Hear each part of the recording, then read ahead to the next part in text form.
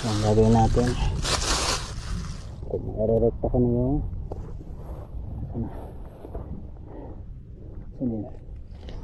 Kadena na mo? Oo. Tama ano? Lang. Yung kadena. Doon pa lang tayo sa may kubo, malapit. Yan, pag natin sa kubo, malapit yun.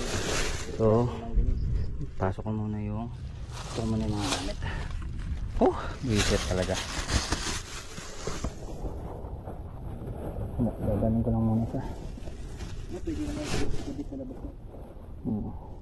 Kailangan yung ano mo yun. Nagasa. So yun mga kuys, ito na yung mga kasama natin na damay pa sa aberya natin. Ayan o. Wala o. Mahirap nang gumulong yung ano ko.